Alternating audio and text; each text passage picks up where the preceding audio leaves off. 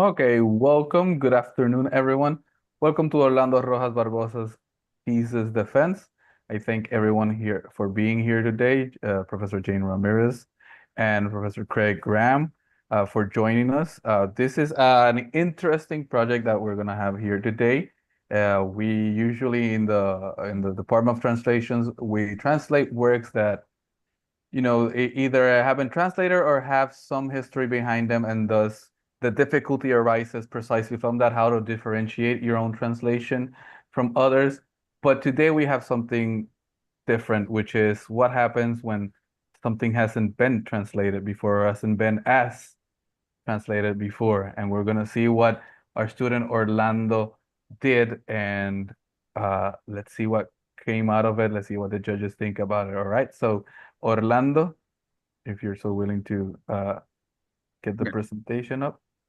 All right, so I'm just going to pull up my presentation. Let me just share my screen real quick.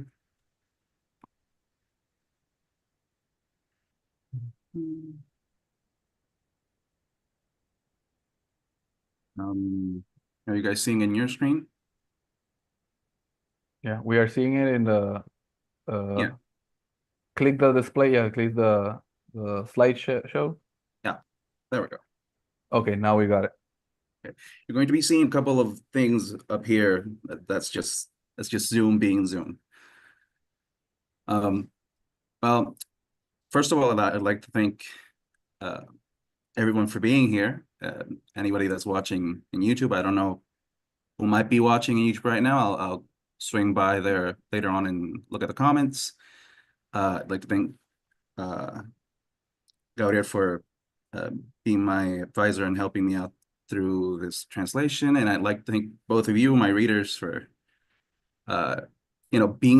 answering so quickly after I sent you the invitation and being excited and enthusiastic about just helping me out here. Now, my translation, as you can see by the title here, is called Tuna, as told by and for Tunos. It's a translation of La Tuna Contada por y para Tunos by Pedro J. Basurco.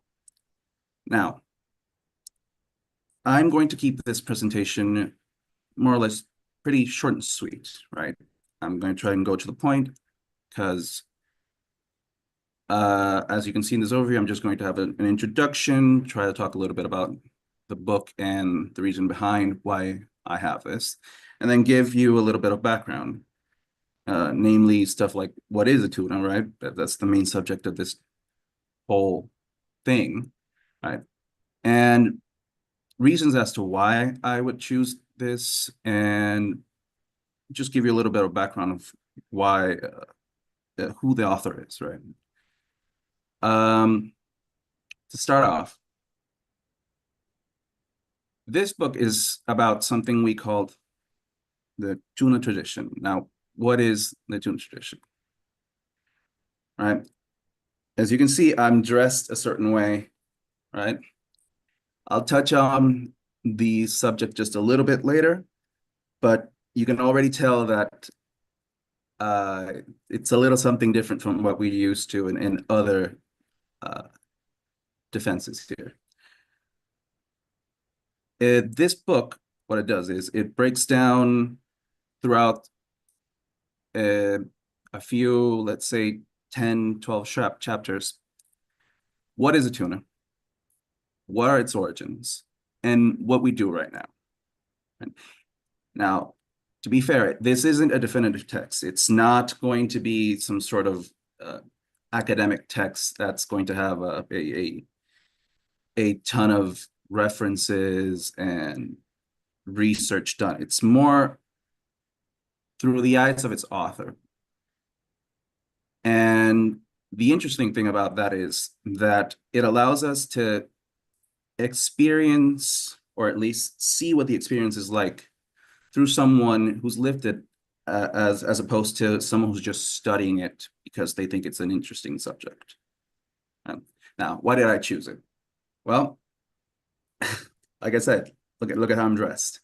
This is a subject that is very close to me. I have been wow, I've been in Tuna for years at this point, and I'd like for other people to know what a Tuna is. And I think that using my skills as a translator, I can try to make sure that other markets that are not necessarily the markets that we're used to know what this is. Now, what is it? Like I said, I'm not going to get into the nitty-gritty of what a Tuna is here because, well, that's the whole point of this book, right? But I'm going to give you the basics. First and foremost, Tuna is a university organization, right?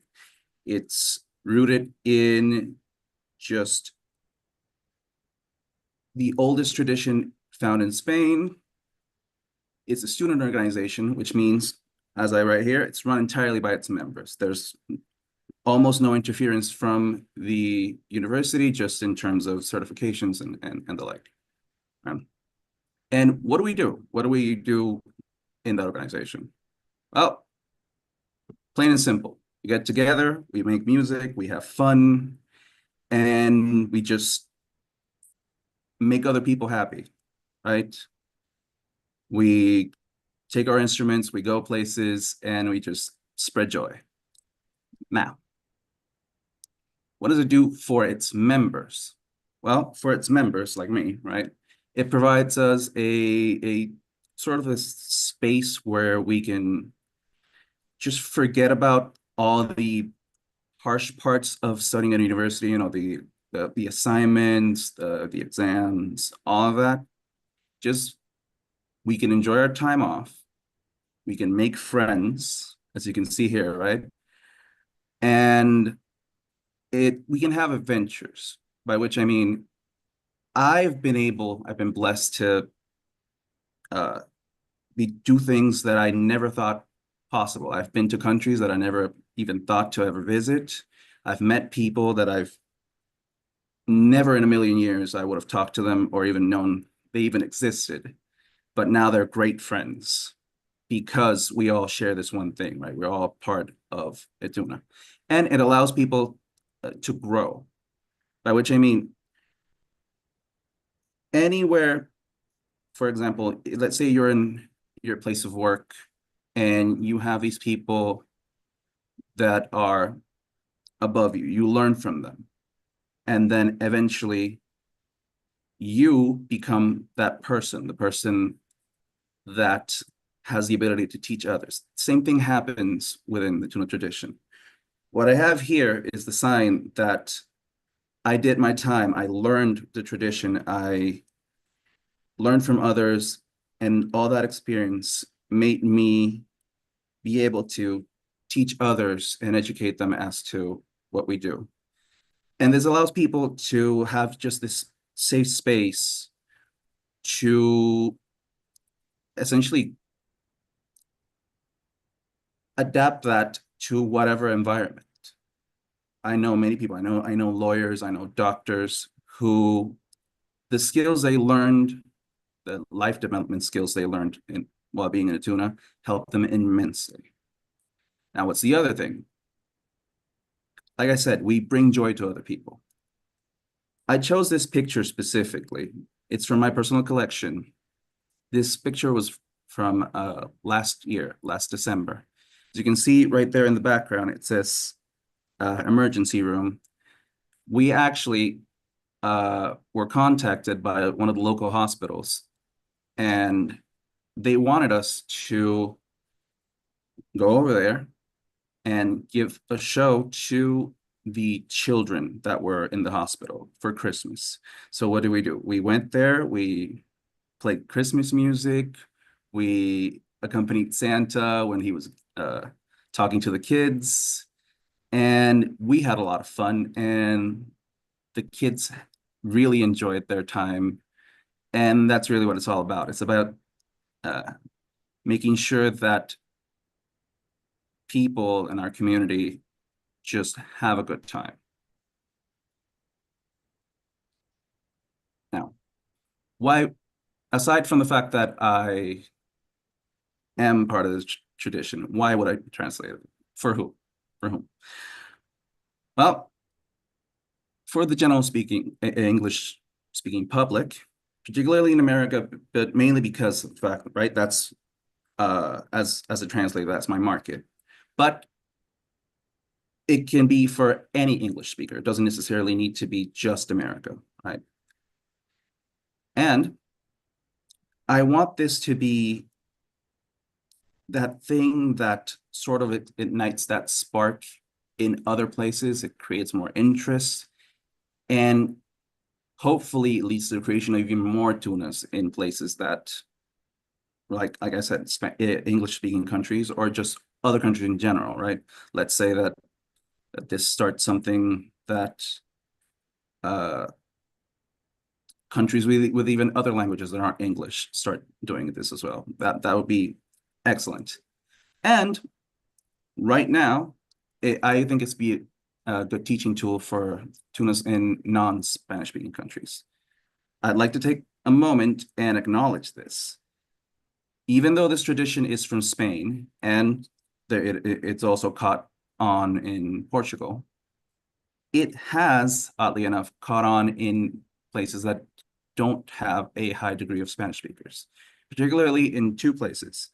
Those places are the Netherlands and the UK, England specifically. So I'd like to mention these. The first one ever created was Tuna de Luz, which is in the Eindhoven University of Technology in the Netherlands. It was founded in 1964, followed by La Tunina, which is comprised of women, also from the same university, and founded in 1982.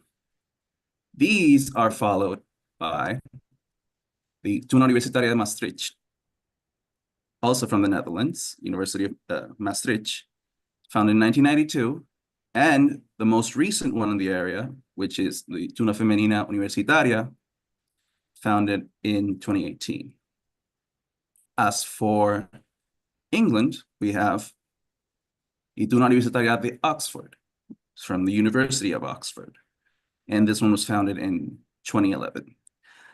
I know people from all of these tunas, and the one thing that struck me was the fact that even though they've managed to adapt the tuna tradition, and they even sing in Spanish for the most part, a lot of their communications are done in English, mainly in English for Oxford, and either English or Dutch in the Netherlands.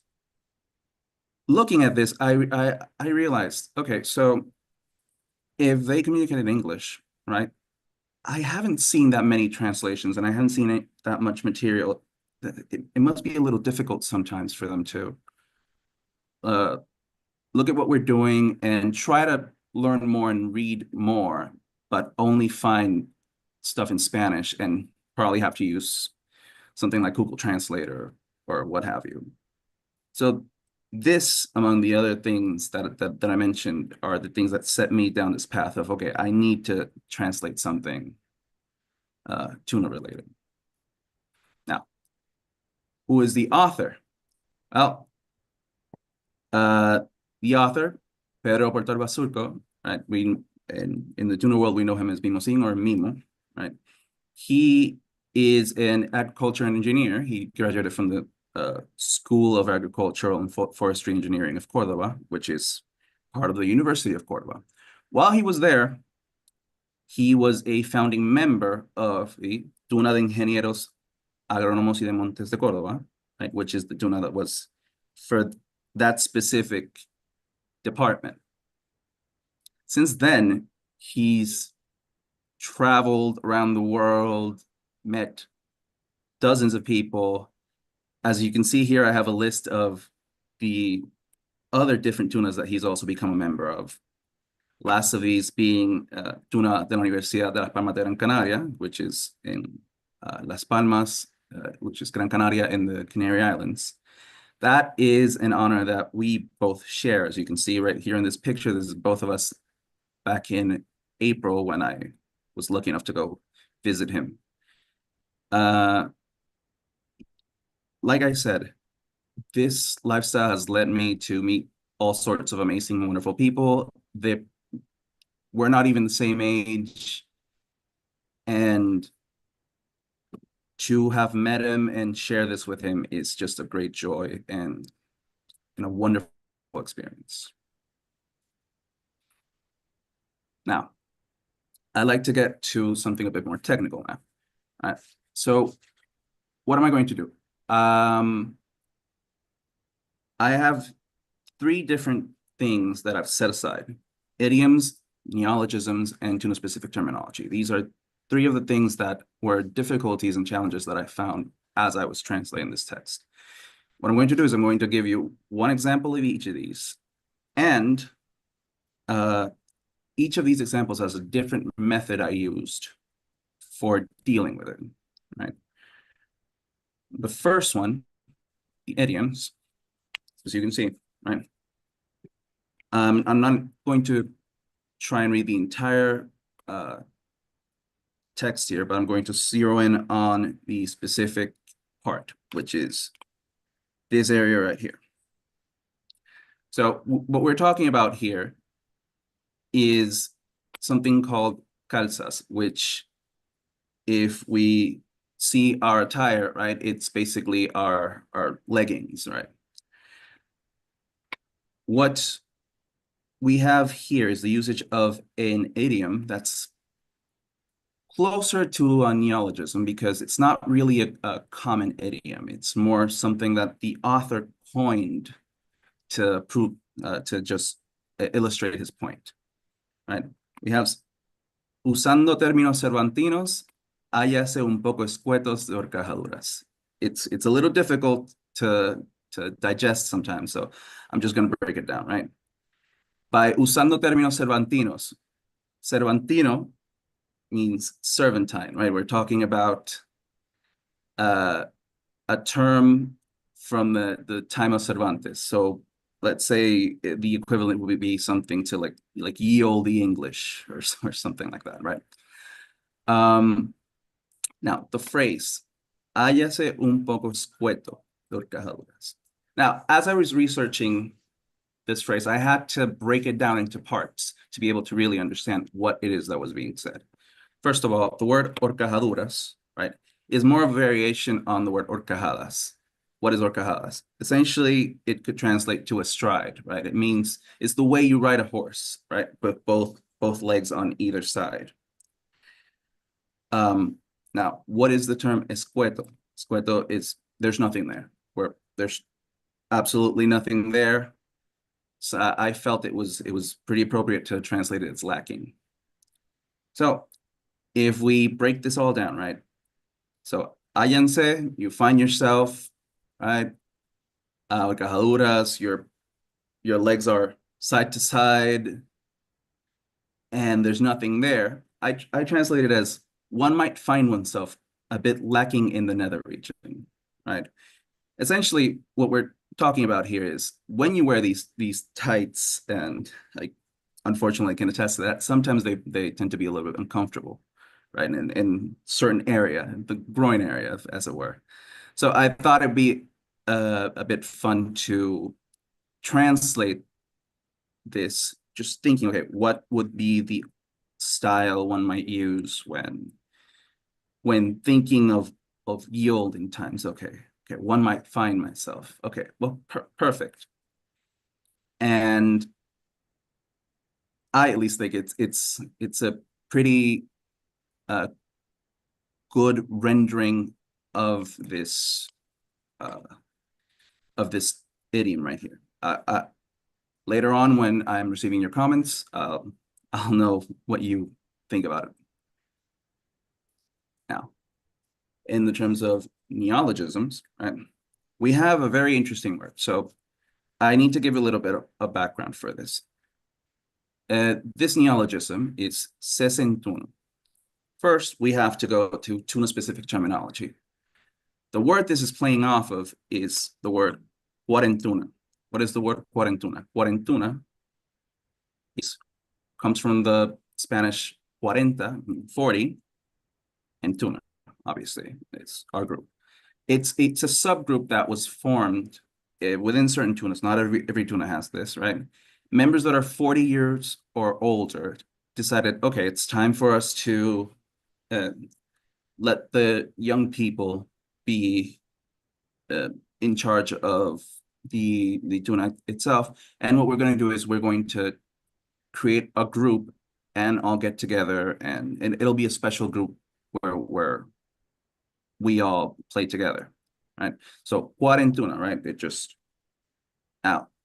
The joke that the author was trying to convey here, right, was that it gets to a point that members might reach an age where they're more than 40, they're 50, 60. So 60, 60, which is the word for 60, and tuno. So although it's not a term that is actually used, because there's no such thing as a sesentuno or a sesentuna, he was being a bit funny with his play on words here, trying to create a new term. And the last one is the tuna-specific terminology. This one was a very special one because, as Gabriel said in the introduction, there's nothing really. There's almost nothing translated. So since I'm breaking new ground, I have to just figure out what I needed to do. So what I ended up doing was this. Since we already have tunas in that use English as a common language, I decided to borrow from them. And there are certain terms, specifically a lot of tuna terminology, that actually have no translation whatsoever. So what I ended up doing is I used those terms, but in order to make sure that everybody understood what those terms meant, I worked on the premise of people that would either read the preface of this translation or just read the text. So for those that were reading both the preface and the translation, you have a glossary, right? And it gives you the term in Spanish, the definition of that term, and the translation in the text.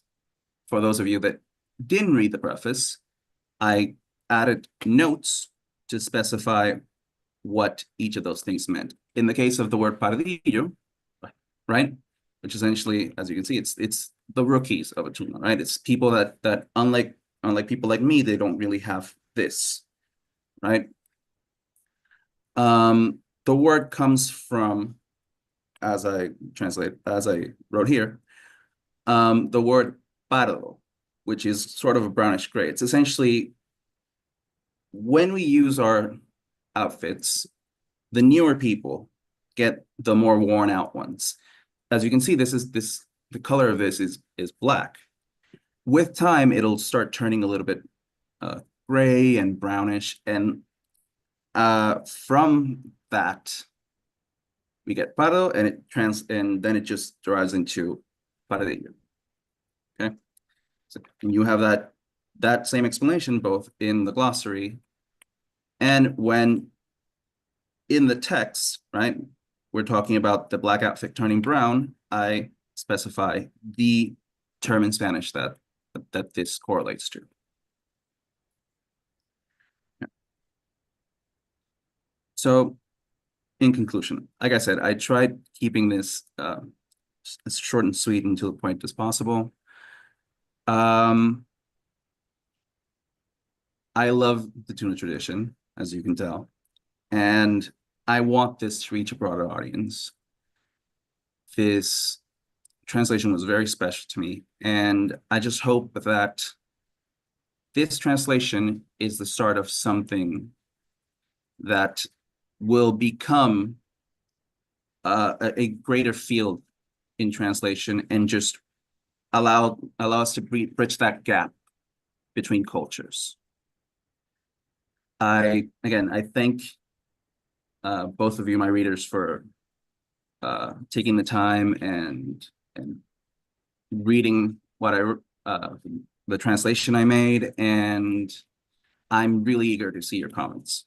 So this is where my presentation stops.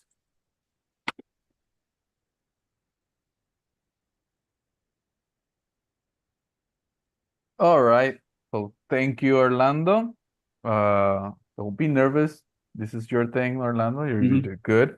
Um, Orlando was modest, but I know that tuna traditions, uh, tunas have existed since what, 1500s, 1600, even beyond that, and Depends on who you ask, but definitely well over 100 years. yeah, and not a lot has been done to write their history or even their own language academically. You know, there's a story by estudiante Salamanca from Mhm. 1840 that also talks about students in the Tuna in Spain.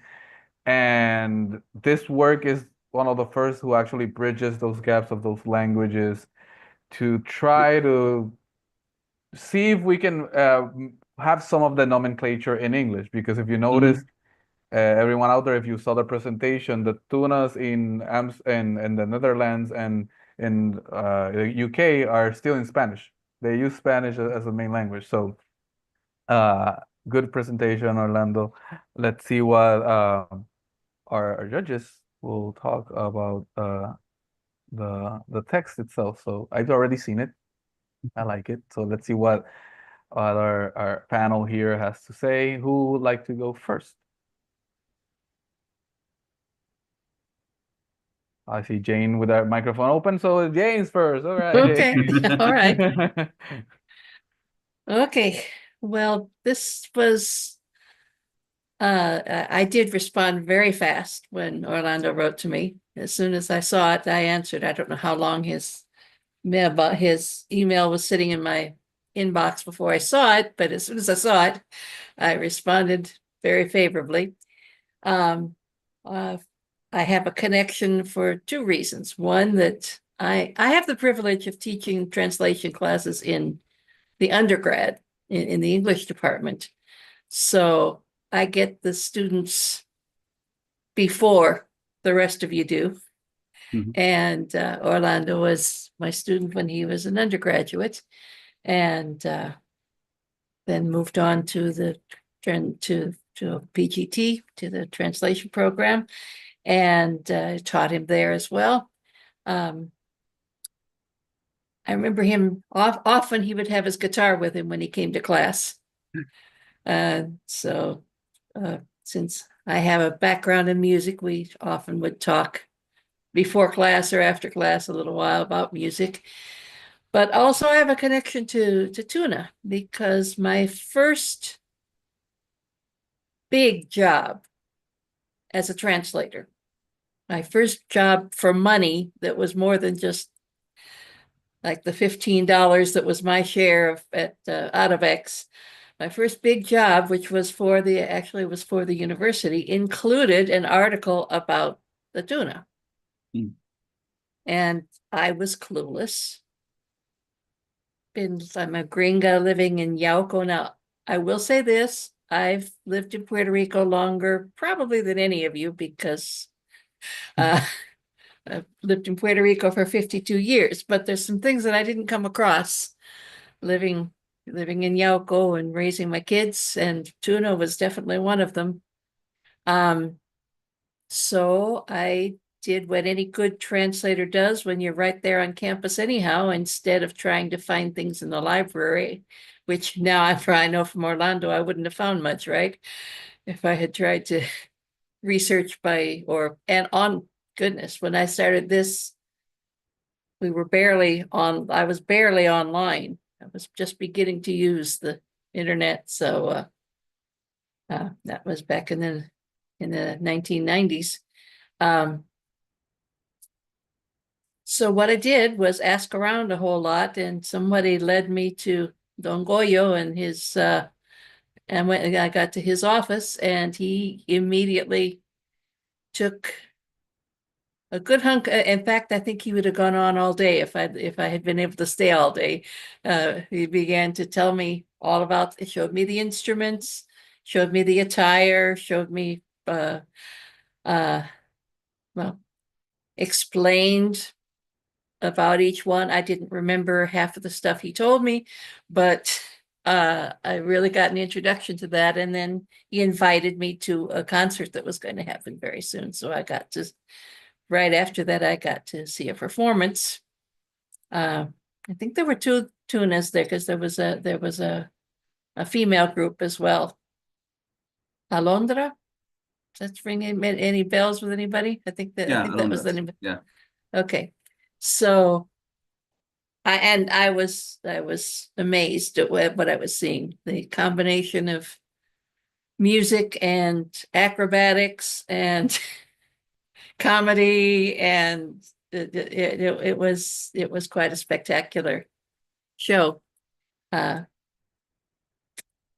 So it's really nice to be back here, seeing Orlando again. Actually, seeing Craig and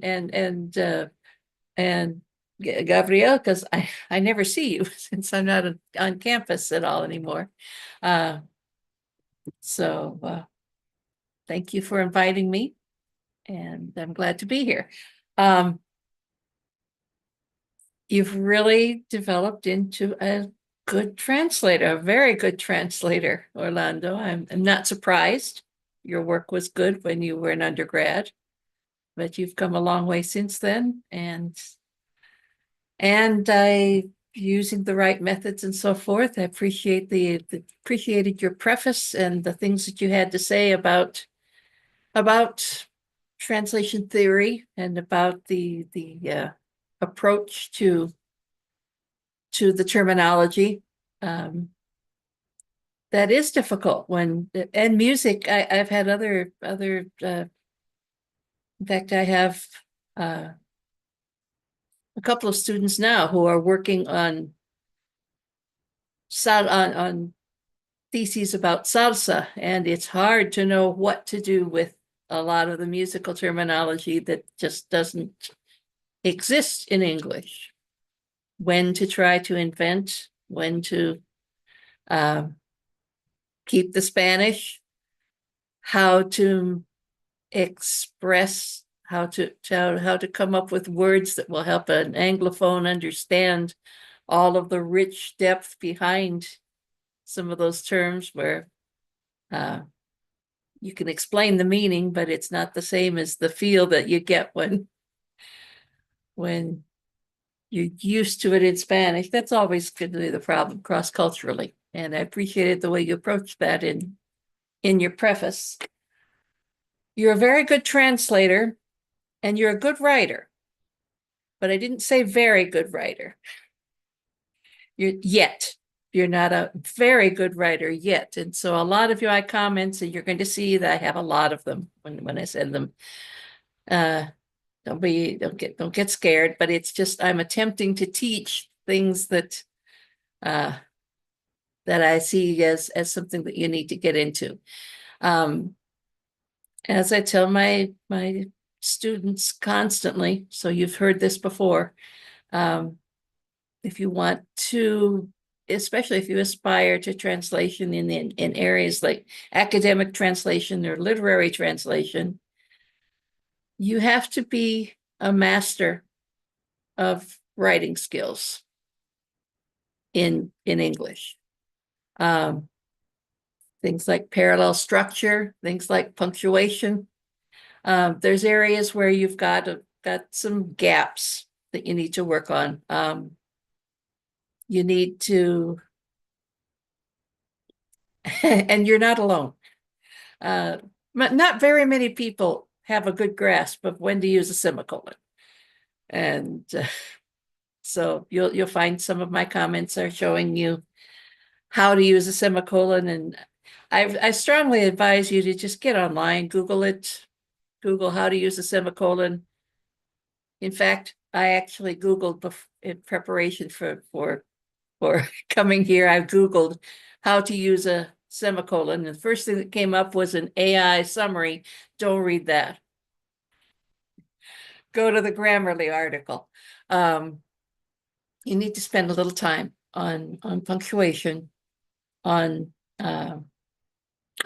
grammar and syntax, things particularly like independent clauses and subordinate clauses, where a couple of times you accidentally turned an independent clause into a subordinate clause by putting although at the beginning of it. And those are technical things that that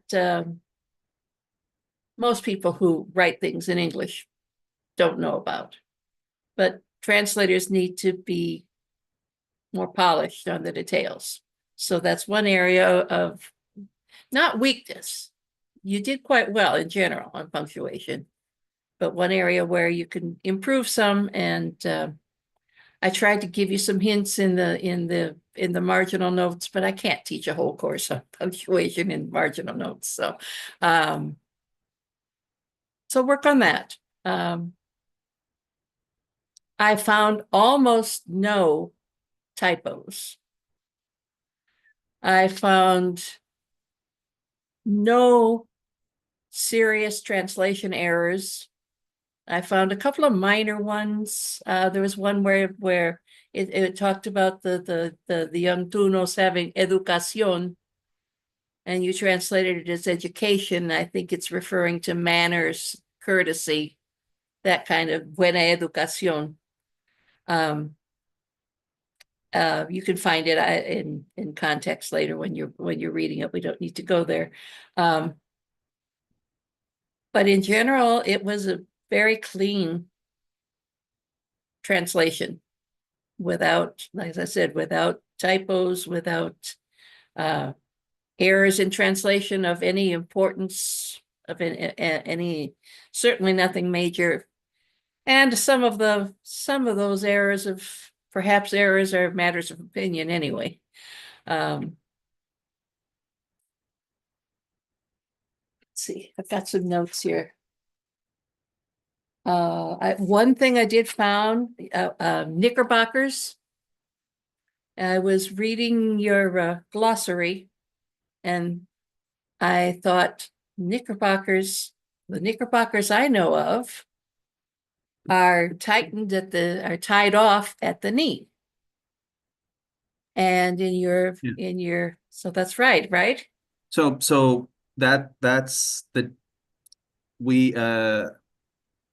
that's the difference, right?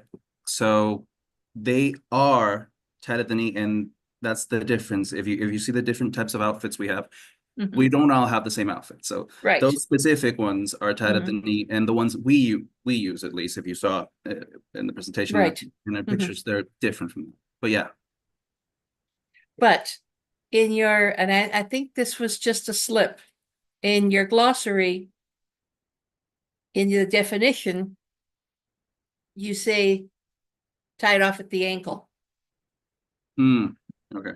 So I was thinking, oh, okay, well, then knickerbockers is not the right translation. I saw it from the wrong point of view. I was thinking knickerbockers is not the right translation because knickerbockers aren't tied off at the ankle, but it was the other side that the error was that you accidentally wrote ankles when you meant knees. So I saw there were a couple of things like that. Educación and knickerbockers are the only ones that come to my mind at the moment, but that's easily fixed. And you find all sorts of published things with that sort of error too. So there was a spelling. I noticed something rather odd, and I was seeing two different spellings for the juste corps. And I discovered that by searching for the word, I discovered, oh, okay, when you're citing the Merriam-Webster dictionary in your bibliography, juste corps is spelled with a U in the middle, A-U in the middle, juste, A-U, then C-O-R-P-S. But throughout your text, you've left out the U. That was an unfortunate, that was a typo. Yeah. I was going to ask whether that was a typo, because I didn't find typos. So because that's the thing. That's the thing. I think it's more due to that whole, how there's always this American spelling versus British spelling thing. So since I was doing an American translation, I did it without the U. But since the only it was Merriam-Webster, right? And that's the American dictionary. So I don't know what happened there. Every time I was Okay. trying to it basically gave me either or when I Okay, well, that's what I was wanting to know, whether there were alternate spellings. Mhm. Because it's a French word Mhm. that's been adapted into English. Adopted into English, adopted and adapted, perhaps. I don't know. Sometimes when words from other languages are adopted into English, there often are adaptations. So I was wondering about that. So like So for what? example, if you look at the word, like Mhm. one of the first things that either spelling that you I'm sorry about that. No problem. Either spelling that you might use, if you look it up online, one of the first things that you'll see is that it's either with the U or without the U Okay. when you're seeing the definition. All right. So if I'm not mistaken, and I didn't check it extremely carefully, but if I'm not mistaken, you were consistent in your spelling throughout the text. But the trouble is, in your bibliography, you've got the dictionary and you've got it with the AU. So if you're going to cite a Merriam-Webster dictionary, it seems to me like you probably ought to spell it the way it, because I don't remember. I did look it up in Merriam-Webster, but I don't have, I may not have the same dictionary that you have, because I have a subscription to the unabridged, the Merriam-Webster unabridged, and that's where I looked it up. And I don't think it gave an alternate spelling. But then, so check that one out but decide and make sure that you do it the same way all the way through. There are a lot of things where there's no right or wrong, where the thing is be consistent. And I will say that while I'm mentioning attention to details, when you had, all right, with the captions, and I appreciated that very much. I appreciated your putting in the photos. So one thing, I could see them a little larger because they're tiny. I bought the book because I knew I was going to want it. The pictures are very, very tiny in the book. So having them blown up a little on my screen, even though it loses resolution, still it's nicer to be able to see them a little bit better. And I think you did right to translate those captions for us. And I appreciated that. But you're inconsistent on like the use of periods. Like if the caption's a full sentence, yes, you put a period. Sometimes if it's not a full sentence, sometimes you put a period, sometimes you didn't put a period. That's one of those things where you need to pick one way of doing it and stick to it. And if you look at a style manual, it might tell you a specific way that they approve of. But even if you don't look at a style manual, if it's always consistent, then people like me who see those things are not going to be upset over it. I see those things and it got to me. So, and I would say before you do your final one, go through on those on your definitions in the glossary. I think that if I recall correctly, that happened too, that some had periods when they were not, and some did not when they were not complete sentences. In general, I don't know if my colleagues agree with this, if you've noticed this, but I strongly feel that, and I have read this, that English is moving towards less punctuation. You know how the British don't put a period after Mr. and Doctor with the abbreviations. They don't do that. I'm seeing that more and more in the US also. And etc. without the period. And I'm not saying that that's correct, but definitely you look at older texts and you see commas all over the place. You see semicolons and dashes, and look at Emily Dickinson's poetry, which is nothing but dashes every other line. I would go without the periods. Even in the figure figure 1, figure 12, figure 44, I wouldn't put the periods in it. For one thing, when you put the period in and then start the next thing that you type is a letter, Word is going to automatically capitalize it, assuming you're starting a new sentence. So I personally, I would not have put the periods. You were consistent on that, though, of all figure whatever, 33, you always had the period. And you did that in textual references to those also, so that was good. But I think maybe, definitely in the captions, I felt like you need to figure out what's your criteria going to be and then stick to it.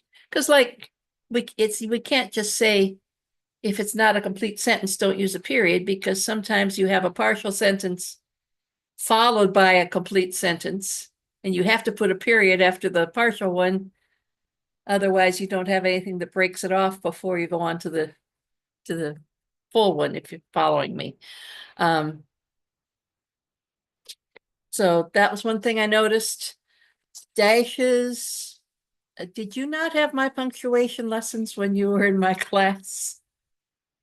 You didn't use very many dashes. There's a few times when you should have, because you used semicolons where they didn't belong. But when you used them, you used end dashes, the shorter dash, and it should be the M dash. The one that Word usually, if you type 2 hyphens, and if nobody has played with the settings on your that's the thing. They should have been. I don't know what happened with the. I'm gonna have to go through the calculation again. But normally, at least my version of Word should have elongated them. I don't know what happened after. What I saw on the screen was not M dash. I can tell, because the M dash is as wide as the letter M. So it should be an M dash. And one time you had a space before it, and there should not be spaces on any side. But those are minor things, but those are the little details that separate you from getting up to the next level. So you need to up your game a little on syntax and punctuation. But it was a pleasure to read, particularly your preface when it was your writing. So often I have to really concentrate to even follow what the student is saying. Yours was smooth and easy to read and felt very natural. So you've got a very good start there. There's just some details you need to work on. There's a couple of things, and I know we have a little, we want to keep our time limited. A couple of format things that bothered me, and I wanted to consult with my colleagues to find out whether perhaps this is something you and Gabriel discussed and decided to do it this way. In that case, I'll back off. But I need to know, because you're going to get a lot of suggestions from me in my comments to take this out, to not do this, and I don't want to. I want to know what my colleagues think of this. Can I present a page? Could that work? Yeah, you can quote what number page it is, and we can. Okay, I want to look at page 20 of your thesis. That's still in the preface. I'm trying to figure out how to. Okay, are you seeing it? Yeah.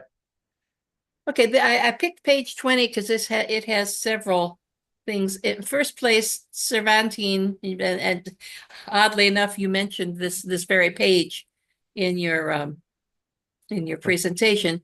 In English, adjectives derived from a proper noun are always capitalized. So, and there were several of those in here.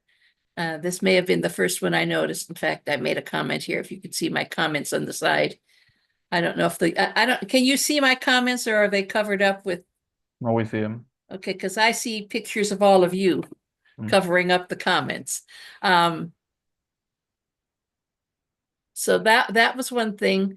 But the reason that I wanted to show page 20 was this horcajadas here. We're reading along, and I'm trying to think like, and remember the preface, as we've mentioned, the preface will be published on its own. And the readers of the preface will not have the opportunity to see your translation later. So when you mention context, this definition and the context of the use of this phrase, we're not going to have that context. So there's a couple places where I've asked you in my comments, could you add a little of this context here? Because I'm going to see it later when I get to that point of the thesis. But your students are coming after you who want to read a preface to help them figure out how they're going to do this. It would be nice for them to have a little more context. But I'm reading along here. The word horcajaduras is a variation of the word horcajadas, which could be rendered as a stride. And then you quote a definition, meaning with a leg on each side of something, like riding a horse. And then we have this word horcajadas.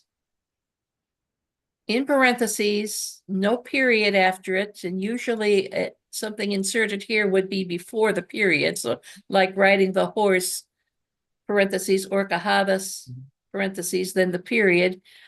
It's just sitting there, and it's bewildering. What in the world is that word sitting there for? Well, I guessed maybe that's the title of an article. Maybe he's citing the definition that he got from some source. And I went to the bibliography, and sure enough, there you listed by that word, you listed in your bibliography each of the articles. I don't think that's necessary. Except maybe since you're actually quoting it, it is. But usually just citing the dictionary in your bibliography is sufficient. But I would say more useful than putting horcajadas to refer somebody to your bibliography would be put Merriam-Webster. I think this one was Collins. If you're going to put in something like this, put in the Collins dictionary of whatever, or even just Collins, so that your reader has a clue of why you put in this word. Seeing just horcajadas in the middle kind of left me. All right, I don't know. Craig, Gabriel, what do you think here? No, you're correct. If it's a quote, it has to be inside the period. It cannot be outside by itself, first of all. And I gotta check with the recent MLA, because if it's quoting the word, I think it does have to have the word like that, or cajadas, not the name of the dictionary, in case that there's other definitions.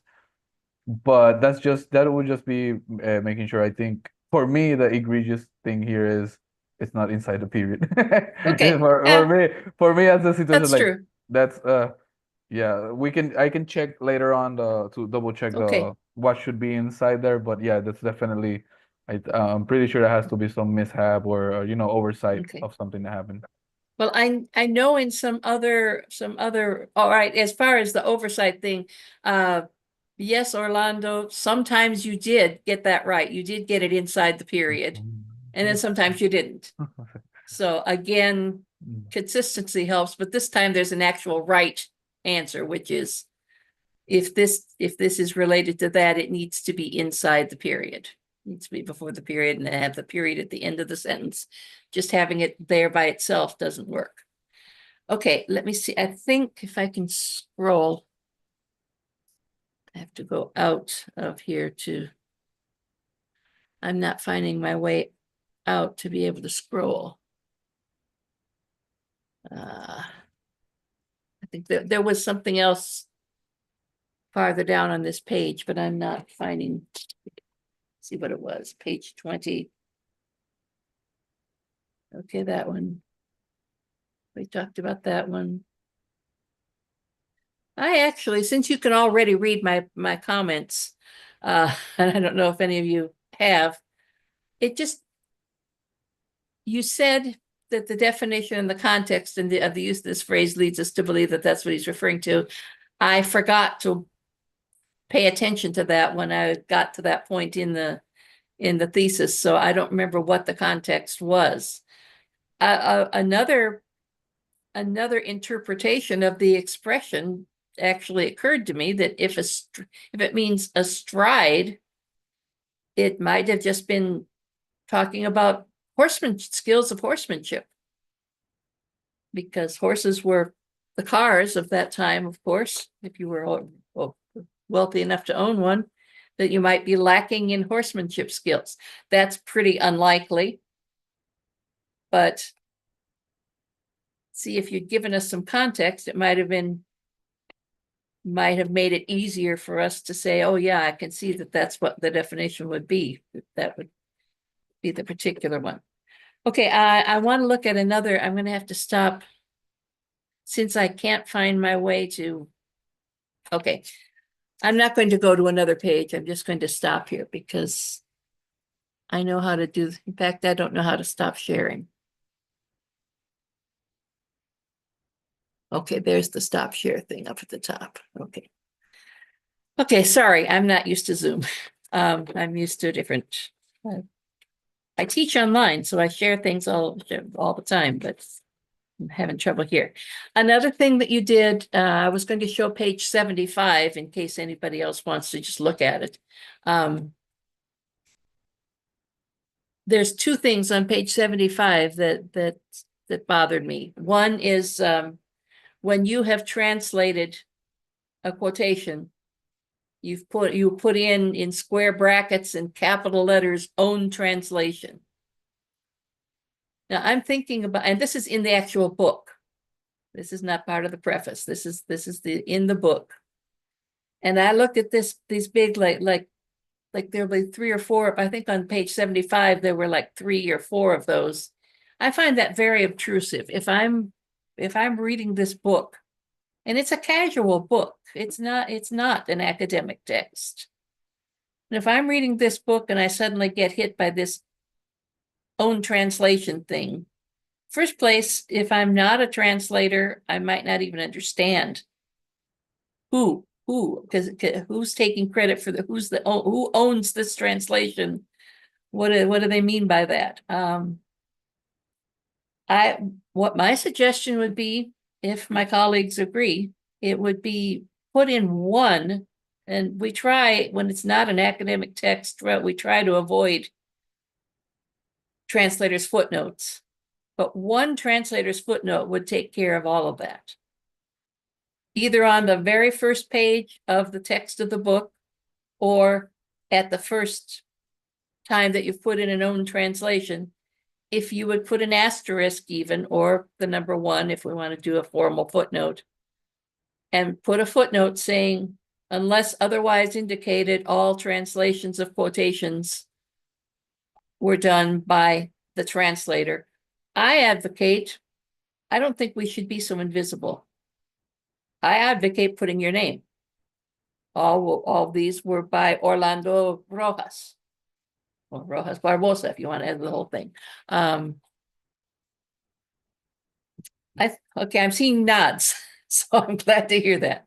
That way you could take out all of those own translations and make it not have that be a stumbling block for the person who's reading the book, and yet do the proper citations. Because when you used somebody else's, I noticed that you did put in translation by somebody else. And so that's good. As long as you cite properly any actual, anytime you quote somebody else's translation, then you can cover all of those with that one footnote. And I would like to see that. Another thing that I know, this is a common practice, you didn't make this up. You do a lot of in English or in Spanish. It's obvious. I'm seeing something in Spanish, and then I see parentheses, and I see some words in English, and then it says in English. I really don't need that. So in my opinion, those could go, but you can consult Gabriel to see Sorry, Gabriel. I don't know. When I'm speaking English, it comes out easier in English. So, okay, the Samoan bagpipes, that's another one that needs to be capitalized because it's from the Zamora region. Yeah, I've got more notes here, but that's okay. That's in general. You've done a very, very good job. I enjoyed reading this. I was interested in it, and I encourage you to polish up those punctuation things a little bit here and there. But you're a student that I'm proud to see our name on you. And to have had a part in it. So Thank you. congratulations on excellent work, Orlando. And I'm done. Thank you very much, Jane. Yeah, it's, a lot of I thank you for those suggestions and those observations. A lot of them they make sense. I mean, I've used the author's or own translation in certain instances, but I like what you said about I don't think we should be invisible. I think we should be out there. So Yeah, put your name on it. yeah, so yeah, I get it. So I'm gonna adopt that then as well. So thank you for that input, and I'll reconvene with Orlando later on and see what how to approach the text, which is only just a minor changes. Sure. It's not from the ground up. So thank you for it very much, Jane.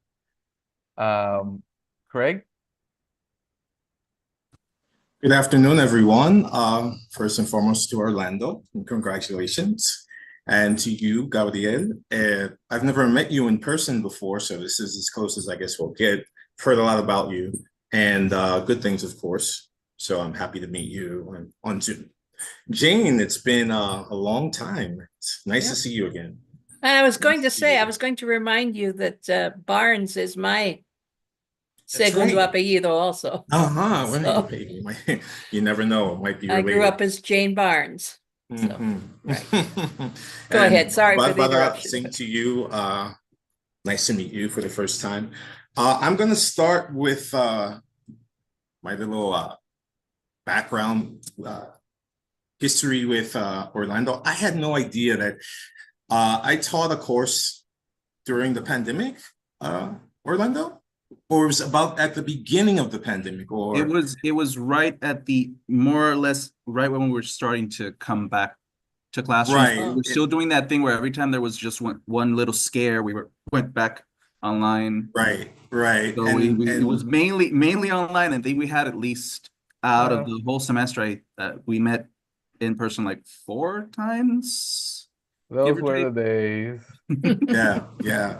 And we were trying to have some type of normalcy in the classroom. I always prefer, being presencial, and the students did too. And I remember Orlando, you were very unassuming in that class. You were very quiet. Yeah. Kind of reserved. You kind of sat off, kind of to the side, but always present, which is great.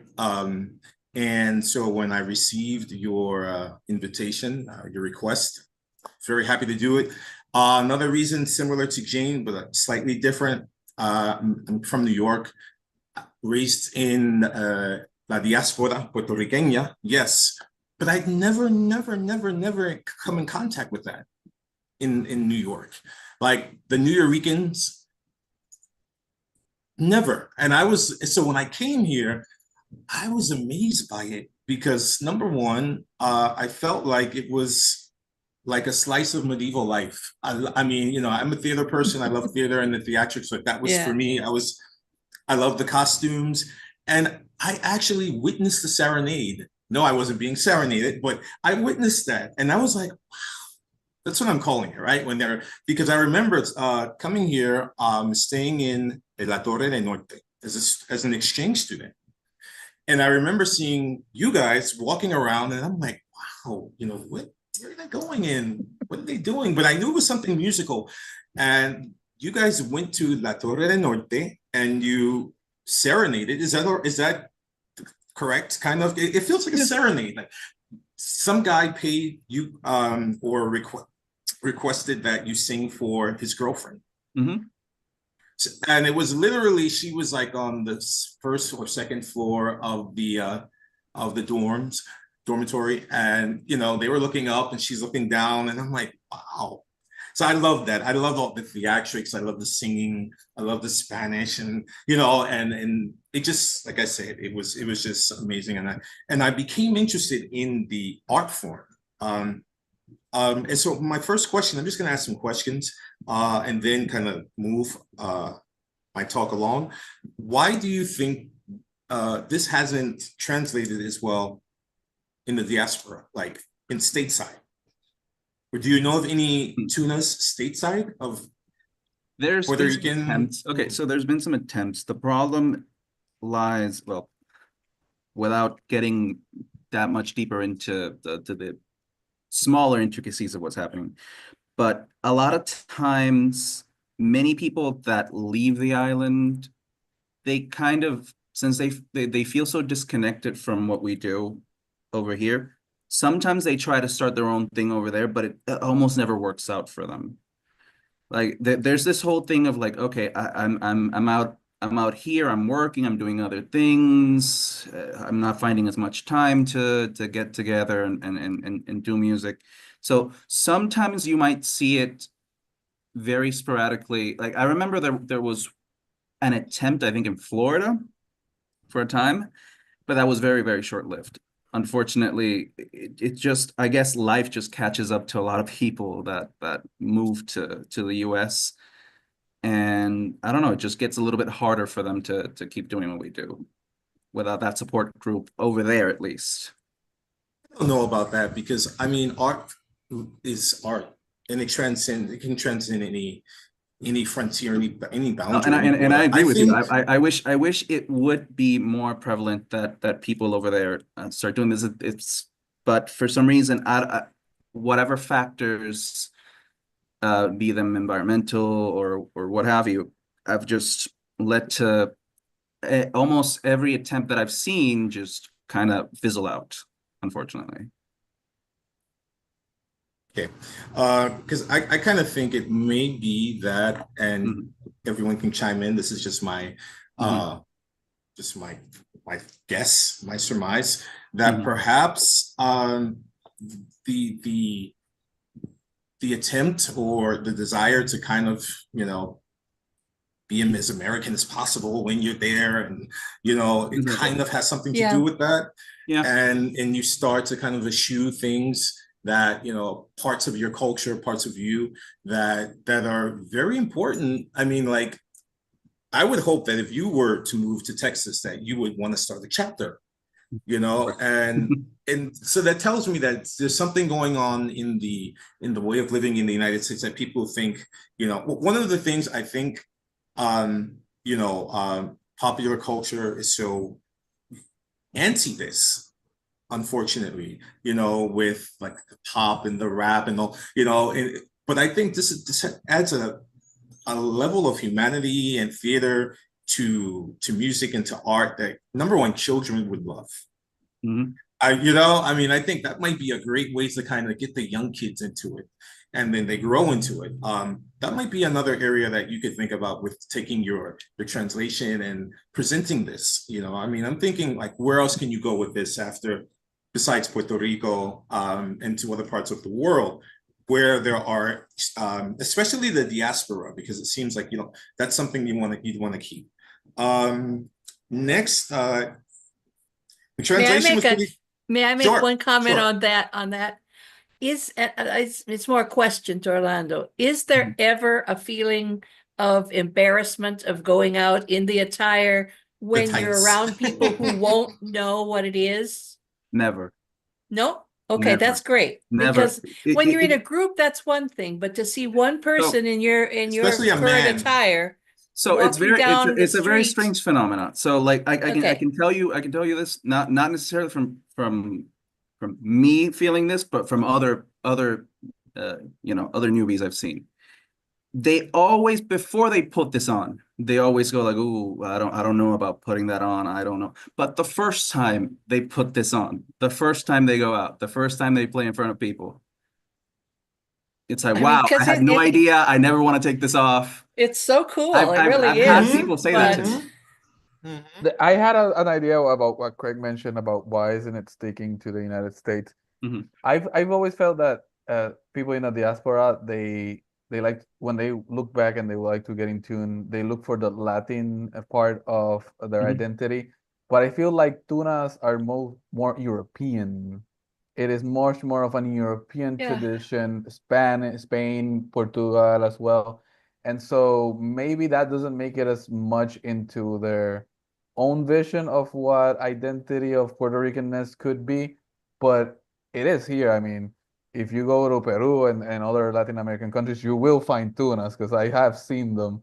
And so it's kind of an interesting question what Craig just posed there. It's why isn't it in the I know I don't want to say culture Puerto Ricanness is not a monolith, but why isn't the tuna also included in the things that make Puerto Ricans Puerto Rican? Like, Right. yeah. So good question. Thank you.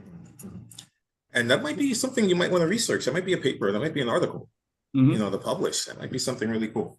But in terms of what I did with the reading, I just read it straight through. And a lot of the things that Jane said, I'm kind of going to echo. But I read it straight through and I found it to be overall very cohesive. Yes. As I said, let me just read it for cohesion.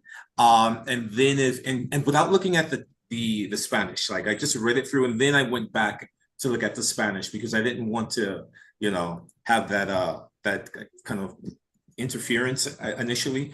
What I did find, I liked the idea of the neology and how you explained many of the terms. I think that's very important. Jane said that, and I agree. You were precise. And then the words you used were very accessible. So I would imagine that, you know, someone reading at a 7th grade reading level, 6th grade, 8th grade, could read your text without a problem. Which is great because you said it's not an academic text, right? It's something you can pick up and anyone can read and learn to get the foundations of the art form. On page 72, I found the word viande, and you've included that word in parentheses. Excuse me, quotation marks. And then I said, well, he's taking this word from French, right? Or that's what I assumed. And then I looked it up, and it also is a word in English, but it's archaic. And so I was just kind of wondering. That was on purpose. That was on purpose. Because of the context of that area, that was okay. Like much like I said in my presentation, right? Ye olde English. The author was using a word akin to that in Spanish as well. Mhm. So I just tried to keep that whole, okay, what's an archaic word that I could probably use that would fit this. And when I found that word, I thought, okay, perfect. That's what I'm going with. But then would you need the quotation marks? That was more matching his style because it's more of like this whole thing of like, if I remember correctly, like he was also going like, oh, they're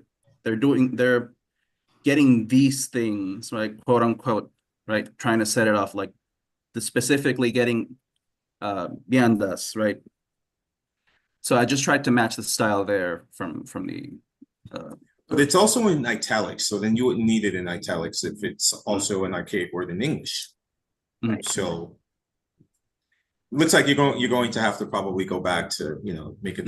I wouldn't put it in italics because the word appears it's in English. It's an English word, and like you said, you wanted to create a sense of antiquity. I guess you wanted it to feel old and archaic, and so you succeeded in doing that. Yeah. Another interruption. I'm sorry, but that's also, I have read that viands in English is the origin of the word victuals. Like the cowboys are talking about food, they call it victuals. And the tender victuals. I've been told that that's where that came from, but I don't know. And that would make sense because I mean, viande is in French is meat, right? So it's like, okay. And then that also got me to thinking about viandas aquí in Puerto Rico. I mean, just a sidebar. I know, but it's food. Right. You know what I mean? And It got me thinking about that too. Yeah. But it's Coconut- starchy vegetables mainly, isn't it? Right. But it's still, it's It's a food. food product. It's not meat, obviously, but I was just wondering, just putting it out there, asking. That's just a rhetorical question. But in Spain, yes. viandas are meats. Like when you see a meat store in Spain, it's Right. vianda. They're still meat. So there's definitely some evolution there that something happened when it was brought. Yeah. Like viandas, all right. It's not meat, but it's something you eat. Right. So like a vittles, right? So kind of like it's like a catch-all term, Yeah. Anyway, moving right along, I saw a few sentences that I thought needed to be reworked. For example, you write on page 72, hence why the students, blah, blah, blah, with fully all black clothing. So we know that if it's all black, we don't need fully, right? It's just all black, or, the fully seemed a bit unnecessary. And the why is not necessary with Right. hence. No, The exactly. why is included in the idea of hence. With the hints, exactly. Yeah. Right. So that was definitely, those are two things I saw. What do I have here? Jane touched on the whole thing about the horcajadas. It was confusing after the period. I didn't know what you were trying to do, what you meant with that. Right. I agree. Like, I thought it should have been before the period if you were going to, but it still felt like there should have been a footnote where, it's kind of like in terms of, or an explanation of what it is. What was that? Like, what was the purpose of that word there at the beginning of a sentence? But it's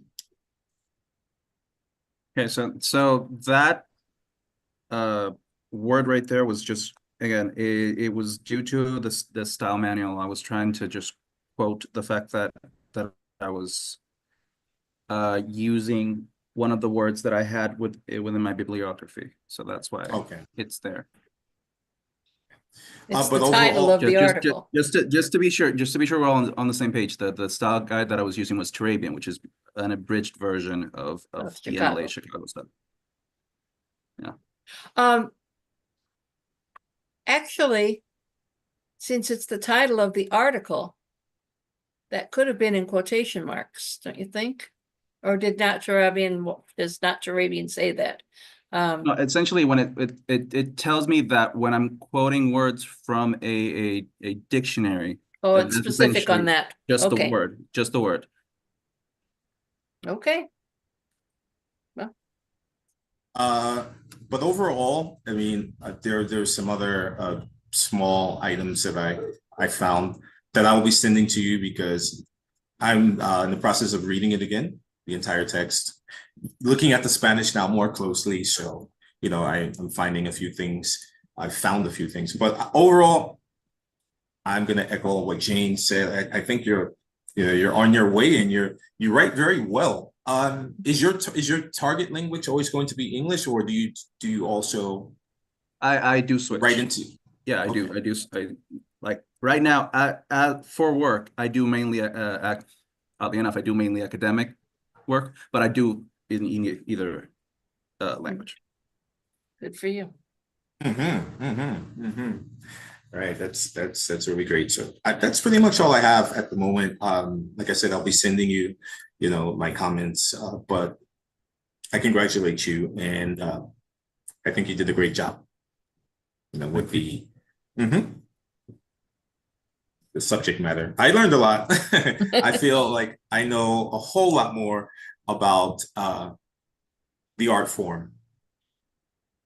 And I love the anecdote of you meeting the founder and one of the most important pillars of the art form. Was that in which island was it? Mallorca? No, no. Canarias. Canary. The Canary Islands, exactly. Yeah.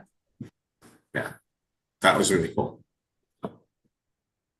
Okay, so that you finish your turn? Okay.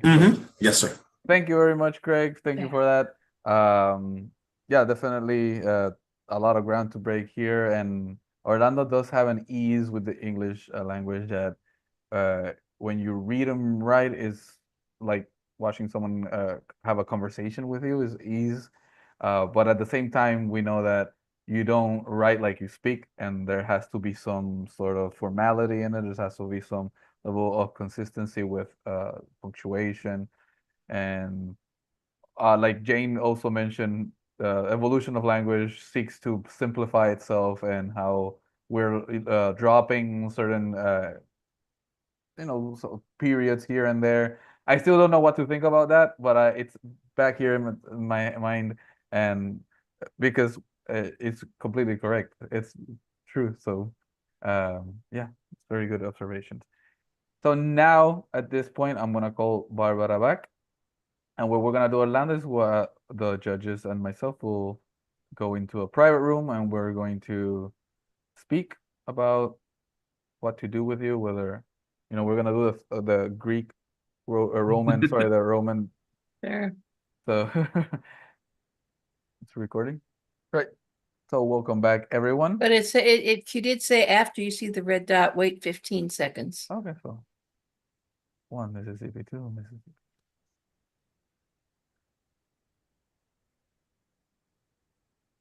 I'm looking here at the feed on the phone and still not up. Oh, here we are. Yes, we are. Okay, good. Okay.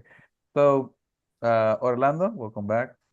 And welcome back, everyone. If you're watching. I'm not muted right now.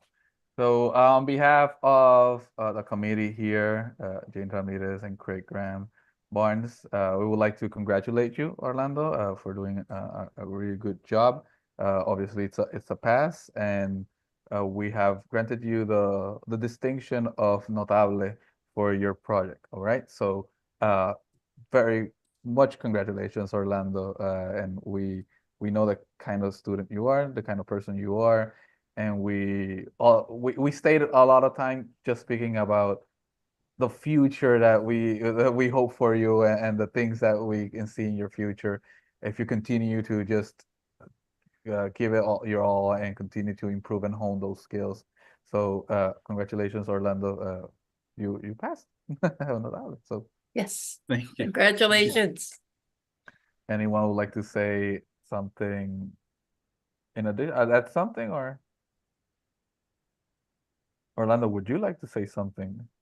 Again, I'm just very grateful to all of you for just forming a part of this. And wow, I can't believe I'm actually done. And Yeah. now what? And now what? You're No, not our student anymore. You're now our colleague. Yeah, our So- colleague. So you still have to make some corrections to it. Mhm. Barbara gave you the date. If you need, you can just write me up any moment that you need if you need some help deciding what Jane or Craig suggested. Or you can talk to them as well. You can Sure. just write them. Anything So- that you see in my comments that you don't understand why I said it, or want me to Mhm. explain more, sure, contact me. You All right, still so have I'm my, just I know gonna- you've got my, what? I'm going to be getting an email from both of you right after this, and Not right after. But- Craig says he's still okay. reading Yeah, it again. right. I have got some places where I made a quick mark because I was running out of time. So I didn't finish typing up all of my comments. Okay. Good. And Oh, I do plan to sleep throughout the next 14 hours. I expect to be in bed sleeping. So sometime tomorrow, okay.